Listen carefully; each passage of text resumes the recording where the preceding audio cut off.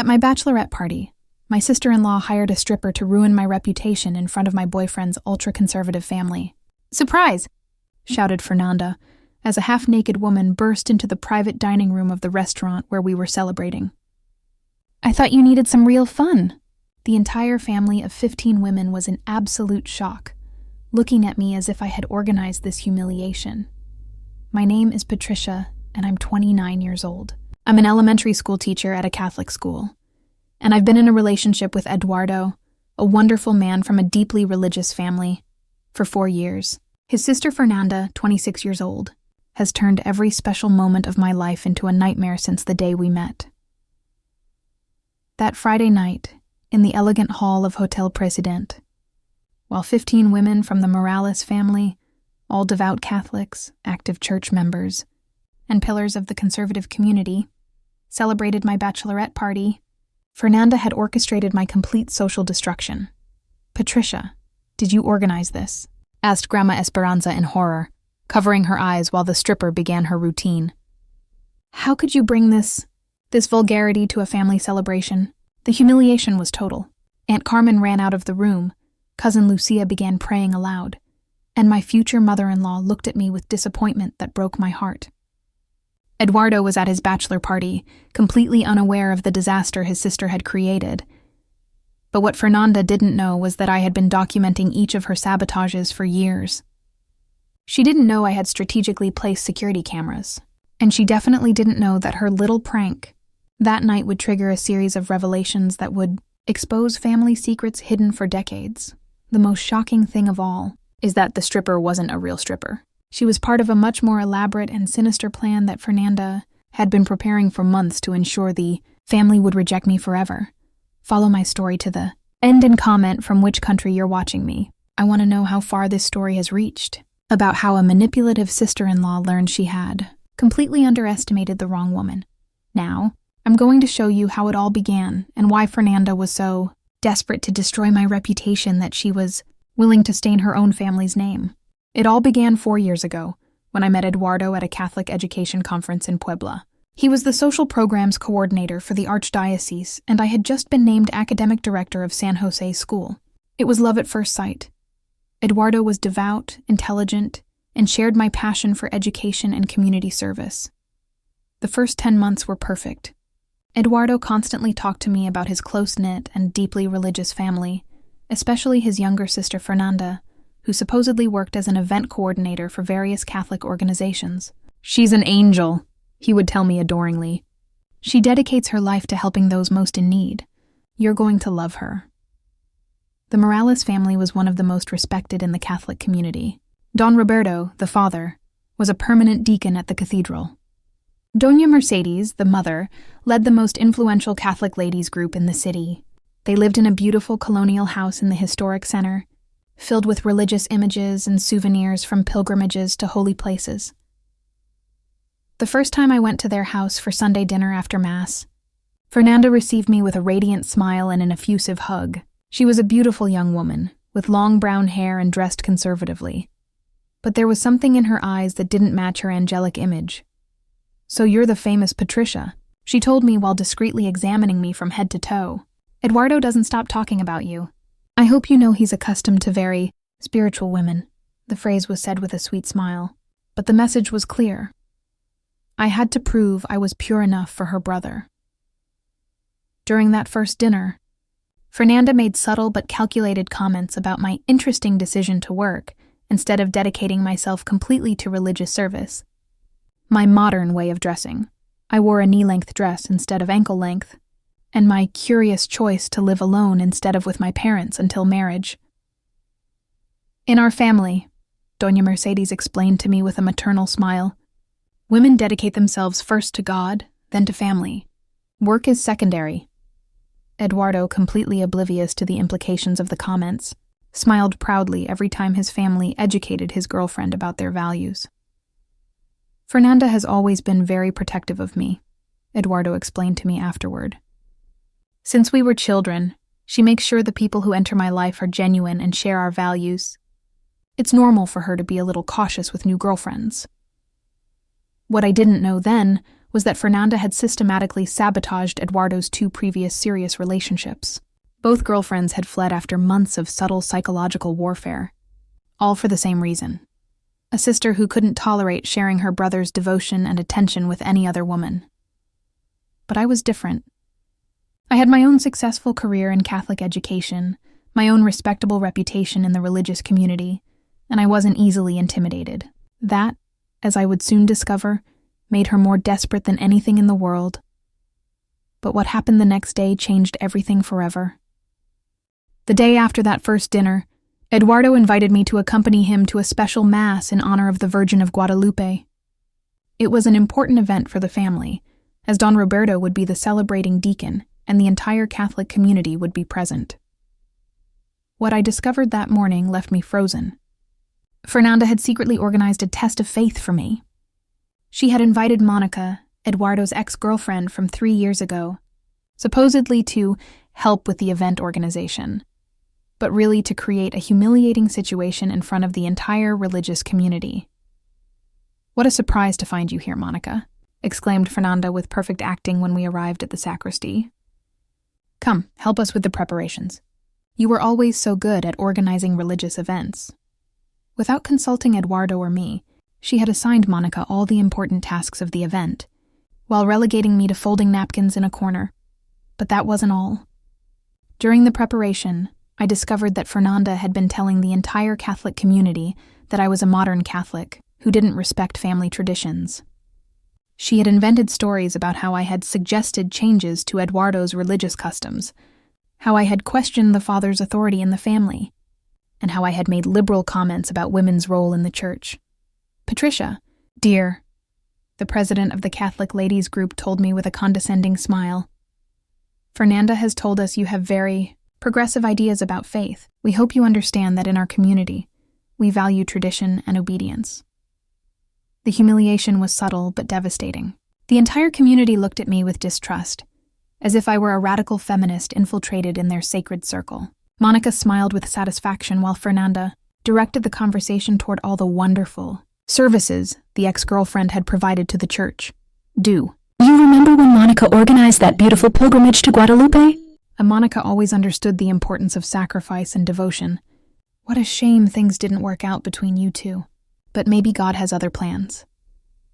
Each comment was a stab directed straight at my heart. Eduardo, uncomfortable but not wanting to create a scene in the church, tried to change the subject, but Fernanda was relentless. The most devastating moment came when Fernanda asked Monica to lead the special rosary before Mass. "Monica has such an angelic voice for prayer," she announced in front of 200 people. "Patricia, you can observe and learn." While Monica led the prayers with perfect theatrical devotion, I felt like an intruder in my own faith community. The judgmental looks from the ladies, the whispers about my lack of spiritual experience, the way they treated me like a novice instead of a respected Catholic educator.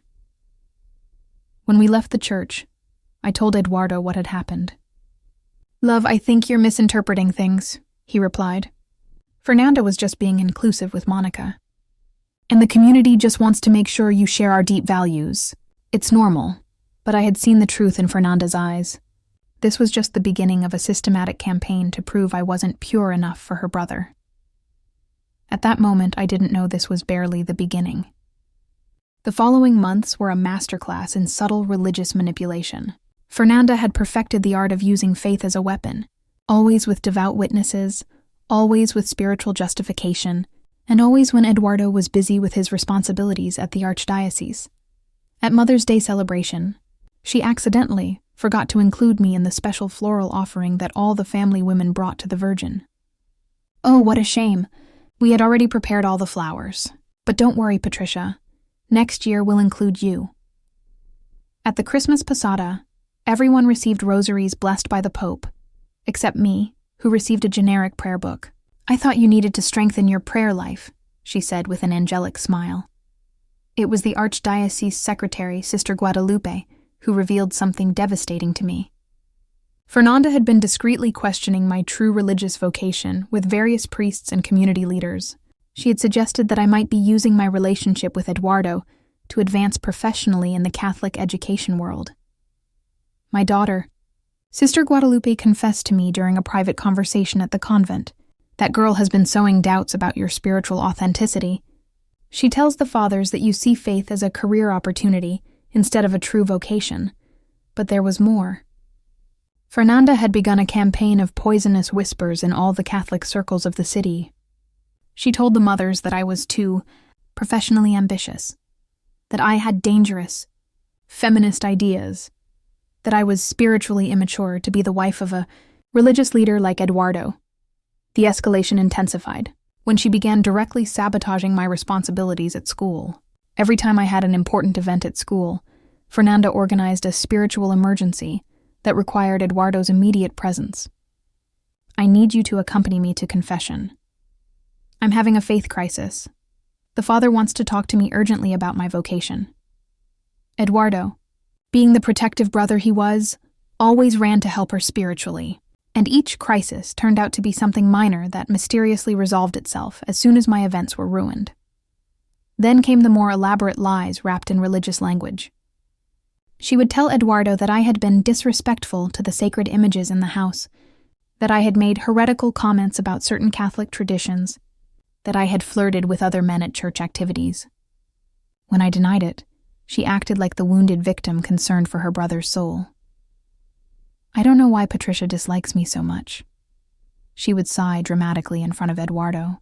I've tried to guide her spiritually, but she always rejects my advice. Maybe she's jealous of my special relationship with God. The breaking point came when I discovered she had been entering my office. She had convinced Eduardo that she needed my help with her university taxes, and he had given her a copy of my keys so she could leave documents when I wasn't there. But it wasn't to leave documents. She had been reviewing my files, my computers, even my recorded phone conversations for work meetings. She was looking for anything she could use against me, but the worst was yet to come. The most painful betrayal came 3 months before our wedding. I had organized a special spiritual retreat for the family women, hoping to create deeper bonds and prove my genuine commitment to faith. I hired a renowned nun, reserved a beautiful convent on the outskirts of the city, and even prepared a program of personalized meditations. What I discovered during that retreat changed my perception of the entire family. Fernanda had not only sabotaged my spiritual event, but had convinced several family women that I was using religion to manipulate Eduardo and gain social acceptance. When I arrived at the convent 2 hours before the retreat to supervise the final details, I found Fernanda completely reorganizing my spiritual program. "Oh, Patricia, this looks very intellectual," she told me with false concern. "The family is going to think you're trying to impress them with theological knowledge instead of showing true humility." Without my permission, she had changed the deep meditations for basic prayers, had replaced the erudite nun with an unprepared local catechist, and had removed all the personal reflection activities that had taken me weeks to prepare. "It's better this way," she insisted, "more appropriate for your current spiritual level." But the worst came when the participants arrived. Fernanda had been telling everyone that I had organized the retreat to look good with the family, but that I had asked for everyone to contribute to expenses, because I couldn't pay for it alone. "Is it true you asked each of us for 800 pesos for the retreat?" asked Aunt Esperanza with a disgusted face. "How strange. Family retreats have always been free, financed by love of God, not money." The humiliation was total. The entire family looked at me as if I were a mercenary who had commercialized spirituality. Eduardo was confused because I had never mentioned anything to him about charging family members. "I never asked anyone for money," I tried to explain, but Fernanda had already planted seeds of doubt in all the devout minds.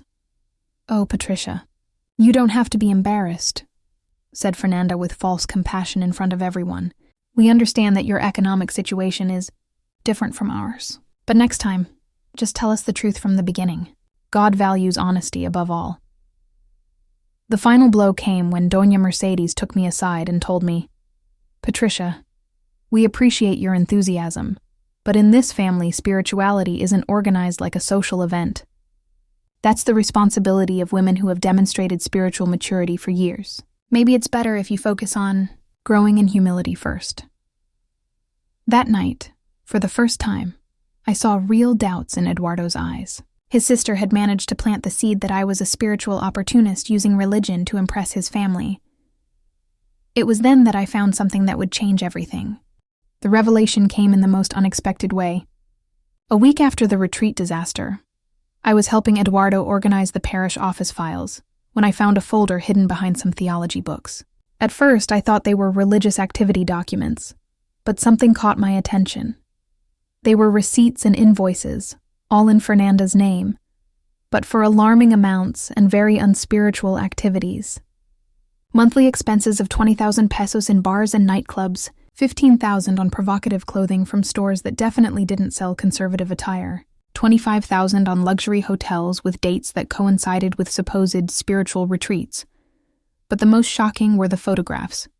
Fernanda at nighttime parties, drinking alcohol, dancing in very unangelic ways, and kissing different men.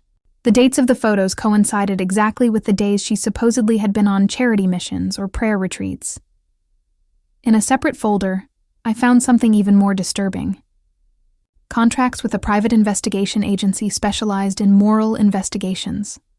Fernanda had been paying 30,000 pesos monthly to have not only me investigated, but all women who approached Eduardo, looking for any sin or immoral behavior in their past.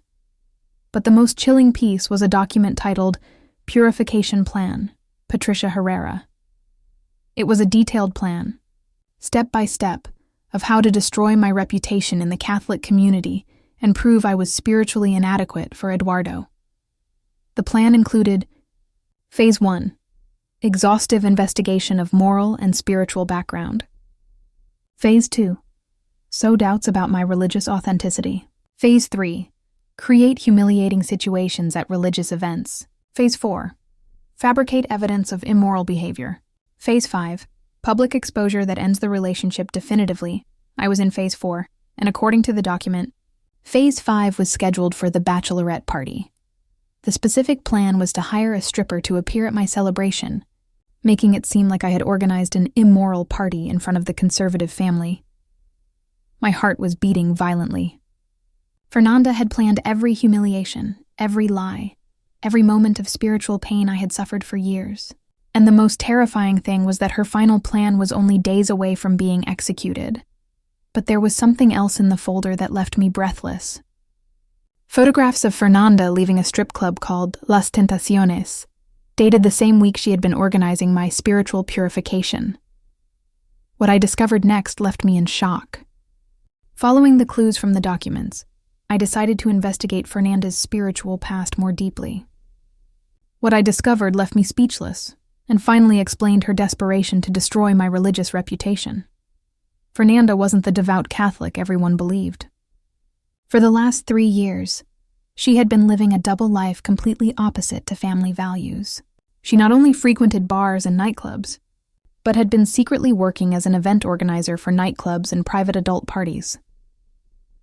I discreetly hired my own investigator, who discovered that Fernanda had been using her charitable work as a front for an adult entertainment company. The supposed spiritual retreats were actually trips to organize private parties at beach resorts. The charity missions were nighttime events at exclusive clubs, but the most shocking was discovering she had been blackmailing several prominent members of the Catholic community. She had compromising photographs of married religious leaders in inappropriate situations, and used them to keep her angelic reputation intact. I found a letter she had written to one of the cathedral deacons, threatening him with exposing his extramarital affair if he didn't support her version that I was spiritually immature. Dear Deacon Martinez, I hope you reconsider your support for Patricia Herrera. As you know, I have information that could be very damaging to your marriage and your position in the church. It would be a shame if those hotel photographs reached the wrong hands. I'm sure you understand the importance of protecting the purity of our community. There were dozens of similar letters, each more manipulative than the last. Fernanda had built a blackmail network that allowed her to control the opinions of the entire religious community. Investigating further, I discovered there was a pattern. Fernanda had systematically sabotaged not only Eduardo's relationships, but also those of other prominent single men in the Catholic community. Any woman who threatened her control over the good religious catches was eliminated through moral defamation campaigns. Fernanda's personal diary, which I found hidden in her room, revealed her twisted philosophy. These devout men are too pure for ordinary women. I'm the only one who truly understands what they need. Any woman who tries to steal these holy men is corrupting God's will. But the most chilling was the most recent entry. Patricia is different from the others. She's genuinely devout, which makes her more dangerous. Normal spiritual defamation tactics don't work with her because she truly lives her faith. I need something more drastic. The stripper at her bachelorette party will be perfect. When the whole family sees her as a moral hypocrite, Eduardo will finally understand I was right about her. But that was just the tip of the iceberg. Armed with this explosive information, I began my own deeper investigation. I contacted the private investigator I had hired, a man named Licenciado Vasquez, who had been following Fernanda's nighttime activities for weeks. "Mrs. Patricia," he told me during our secret meeting at a downtown cafe, "what we've discovered is much worse than we imagined. Fernanda not only lives a double life, but has been extorting half the Catholic community in the city." He showed me evidence of how Fernanda had been secretly photographing religious leaders in compromising situations, using hidden cameras at social events, and even hiring women to seduce married men and record the encounters. "We have evidence of at least 12 active blackmail cases," continued Licenciado Vasquez, "but everyone was afraid to speak because she threatened to destroy their families and their positions in the church. But my most unexpected ally turned out to be Monica, Eduardo's ex-girlfriend. After months of feeling betrayed by her, I discovered she had also been a victim of Fernanda's manipulations. "Patricia, I have to tell you the truth," she told me during a secret meeting in the convent garden. "Fernanda blackmailed me to appear at those religious events and make you feel uncomfortable. She had photographs of me from a university party where I had drunk alcohol, and threatened to show them to the entire Catholic community if I didn't cooperate." Monica had been keeping evidence of Fernanda's manipulations for years, waiting for the right moment to act. She had audio recordings, text messages, and even photographs of Fernanda threatening her. "There are more victims," Monica revealed to me. "Fernanda has been doing this for years, not only with Eduardo's girlfriends, but with any woman who threatens her control over the single men in the community." Together, we began contacting these women. One by one, they began sharing their experiences. The catechist who had been fired after Fernanda invented that she had been teaching heresies, the choir coordinator who had lost her position after Fernanda spread rumors about her questionable moral life, even the parish secretary, who had been transferred after Fernanda falsely accused her of inappropriate behavior with the priests. "Mrs. Patricia," the former secretary, Sister Maria, told me with tears in her eyes, "I saw when Miss Fernanda hired that woman for your bachelorette party. She told me that if anyone asked, I had to say you had requested special entertainment. She threatened to accuse me of stealing alms money if I didn't cooperate." The most shocking was the revelation from the cathedral choir director, who had been fired after discovering Fernanda's nighttime activities. "I tried to tell the superior father what was happening," explained Maestra Rodriguez, "but Fernanda accused me of being jealous of her spiritual purity and trying to cause scandals in the community. I was fired the next day, and Fernanda made sure I couldn't get work at any other church in the region." Meanwhile, what I observed confirmed my worst fears. Fernanda, sensing that her world of lies was beginning to crumble, launched her most desperate and cruel attack. A week before my bachelorette party, she had begun executing the final phase of her plan to completely destroy me in front of the Catholic community. First, she spread devastating rumors about me in all religious circles. She told the school mothers that I had been promoting radical feminist ideas in my classes. She suggested to the church fathers that I had been questioning fundamental doctrines during catechesis meetings. But her masterstroke was more personal and calculated. She had hired not just a stripper, but an entire production for my bachelorette party. The plan was to make it seem like I had organized a completely immoral party, with alcohol, inappropriate music, and adult entertainment. "Patricia, we need to talk urgently," Eduardo told me that afternoon, arriving at my house with extremely worried face. "The superior father called me. He says there are very disturbing rumors about your bachelorette party." Fernanda had gone directly to the parish priest, telling him she had discovered that I had hired sinful entertainment for my celebration. She had invented that I had asked her to not tell Eduardo anything because I wanted to have fun one last time before marriage. What she didn't know was that Eduardo had been pretending to believe his sister's lies. Licenciado Vasquez had given him all the information about Fernanda's nighttime activities and blackmail. Eduardo had been waiting for the perfect moment to confront her, but wanted to protect me from the process. Love, he confessed to me that night in private. I've known about Fernanda's double life for weeks. I hired my own investigator after I began noticing inconsistencies in her stories about her spiritual activities. Eduardo showed me his own file of evidence. Photographs of Fernanda in nightclubs, recordings of her threats to other community members, even security videos showing how she had been entering the parish office to steal personal information from parishioners. I wanted to have enough evidence to confront her publicly, he explained with tears in his eyes. But when I saw the plan she had to humiliate you at your bachelorette party, I knew I had to act immediately. Together, we had been building a case not only to expose Fernanda in front of the family, but to present formal evidence to the bishopric about her blackmail and extortion activities. We had testimonies from 12 victims, compromising photographs, and complete documentation of her threats. But Fernanda had one last ace up her sleeve. She had contacted not only the family, but the entire prominent Catholic community for my bachelorette party, ensuring that my humiliation would be witnessed by the 50 most influential people in the local church. She's going to make it seem like you organized an immoral party in front of the entire religious community, Eduardo warned me. She has everything planned.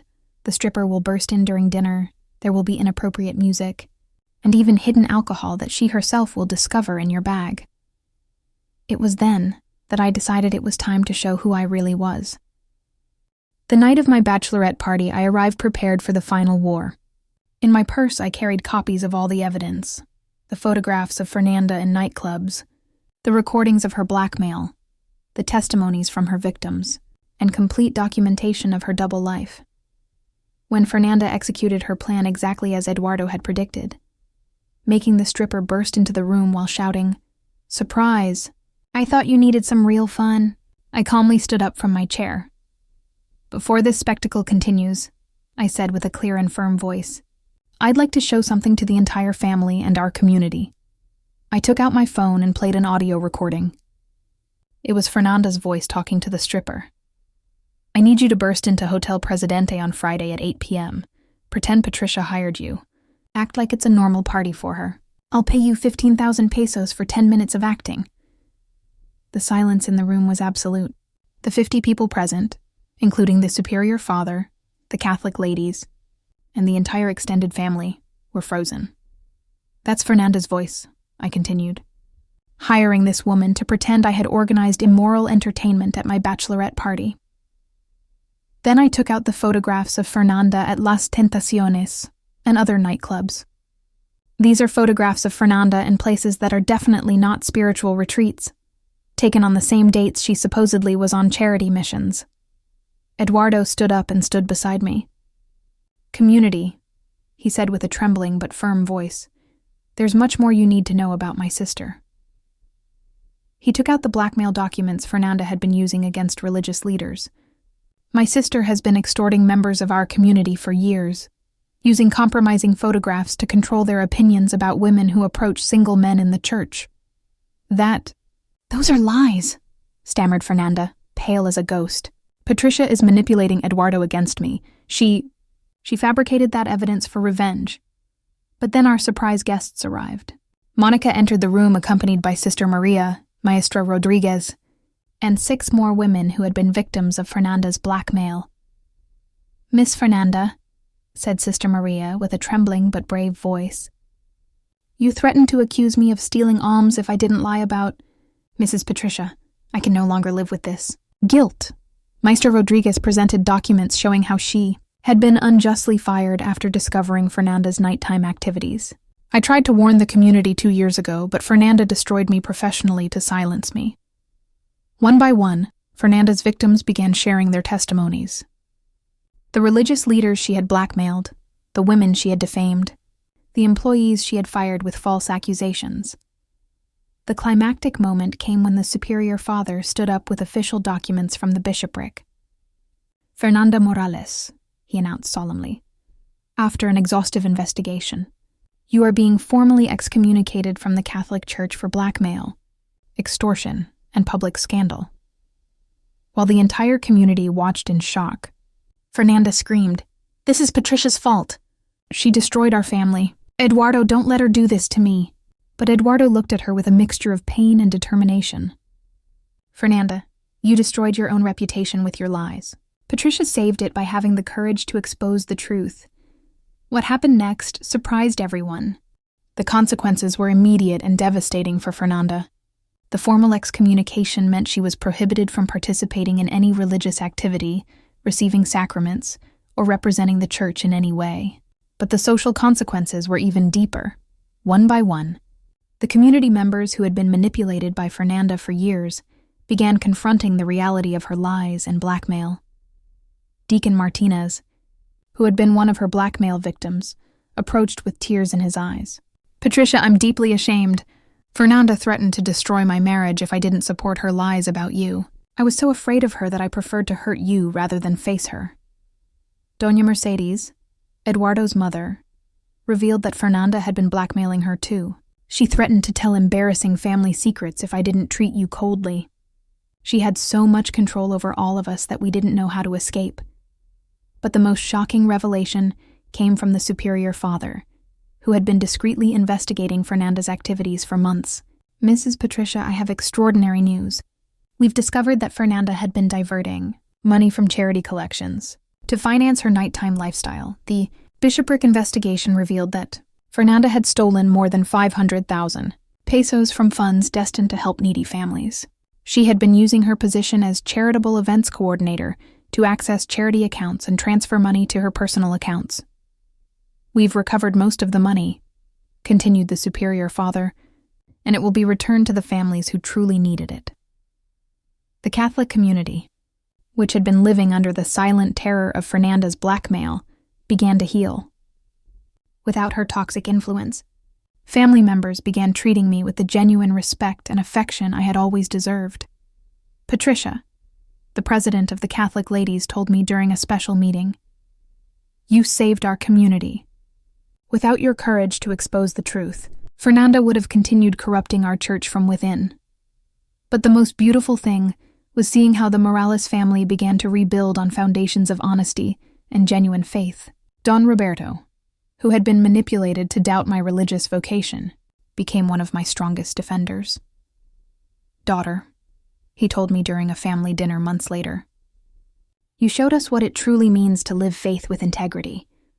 Fernanda had corrupted our understanding of what it means to be a good Catholic. The school where I worked offered me a promotion as general director, recognizing that my handling of the crisis had demonstrated exceptional leadership and unshakable moral integrity. But the biggest surprise was yet to come. 2 years after Fernanda's exposure, when we thought we had seen everything, came the most shocking revelation of all. During a deeper investigation by the bishopric, they discovered that Fernanda had been blackmailed herself by a criminal network that specialized in extorting prominent religious people. All her destructive behavior had been orchestrated by criminals who had been controlling her for years. "Mrs. Patricia," the bishopric investigator explained to me, "Fernanda was a victim before becoming a victimizer. When she was 19 years old, she was drugged and photographed in compromising situations during a university party. The criminals used those photographs to blackmail her and force her to infiltrate the Catholic community. The revelation left us all in shock. The manipulative behaviors, the double life, the obsession with controlling Eduardo's relationships, everything had been part of a larger criminal plan to infiltrate and corrupt religious communities from within.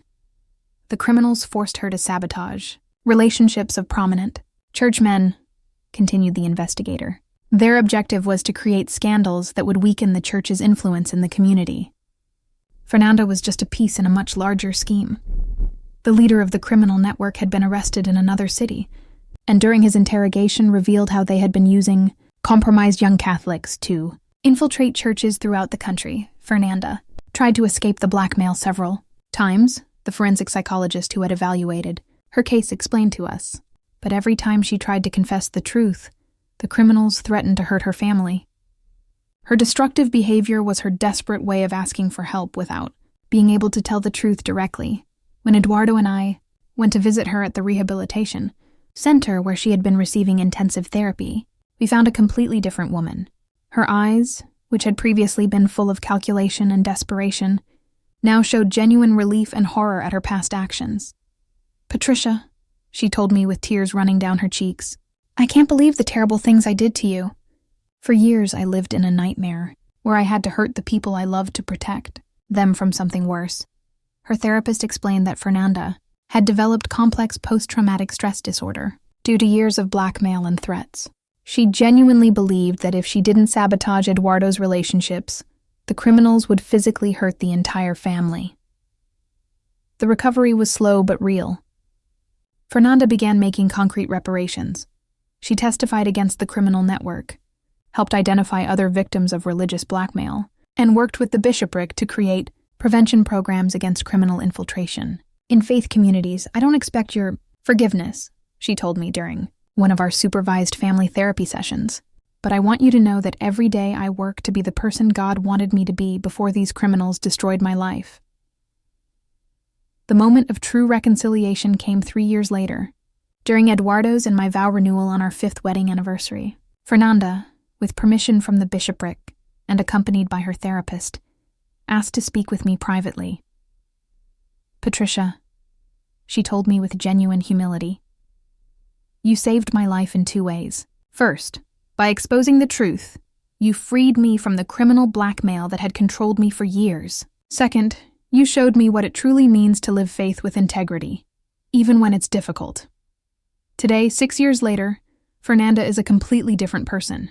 She works as a counselor for blackmail and extortion victims, and has dedicated her life to helping other people who have been forced to do terrible things under threat. Our relationship remains careful and supervised, but it's genuine. Fernanda completely respects my boundaries, celebrates my successes, and has learned to love her brother without trying to control him. The Catholic community strengthened after the scandal, implementing new security protocols to protect vulnerable members from criminal infiltration. The Morales family became an example of how genuine faith can survive even the most difficult trials. And so I learned that sometimes the people who hurt us most deeply are fighting forces we can't even imagine. The stripper that Fernanda hired for my bachelorette party wasn't just an attempt to humiliate me. It was the desperate cry for help from a woman who had been controlled by criminals for years. Because in the end, truth always finds a way to come to light. And true love can survive even the most painful betrayals when it's built on solid foundations of faith, honesty, and understanding.